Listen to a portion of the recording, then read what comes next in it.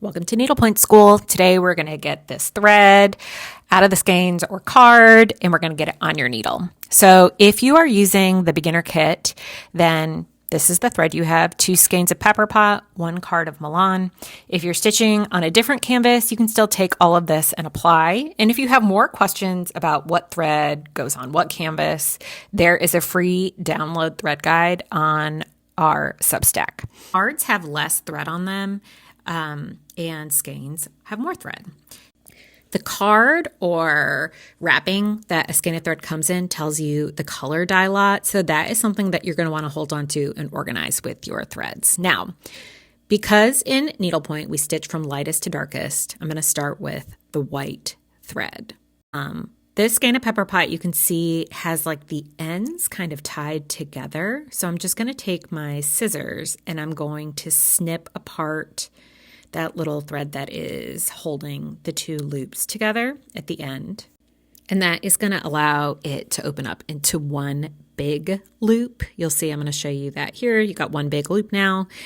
Now this, I'm going to go to the end. You can see one has where it's kind of like gathered together and the other end is just an open loop. I'm going to snip that end in half. So now I have one really long bundle of thread. And let's see how sharp these scissors are. They just cut right through that, even though they look tiny and kind of weak.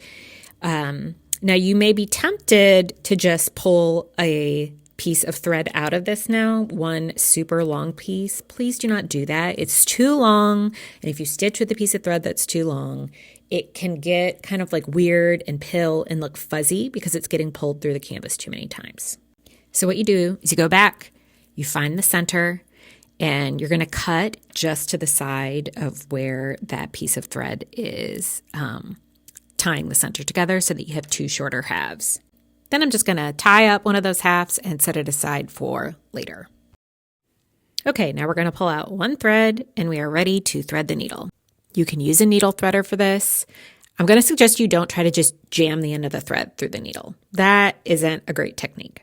I suggest threading the needle by wrapping the thread around the needle, like you see me here, pull it tight, and I use my fingers to keep that in place. And now you basically pull the needle out. You have a tiny loop, and it fits right through the eye of the needle, and you can pull it through. If you struggle at first, that's normal. Just keep practicing, and you're going to get it.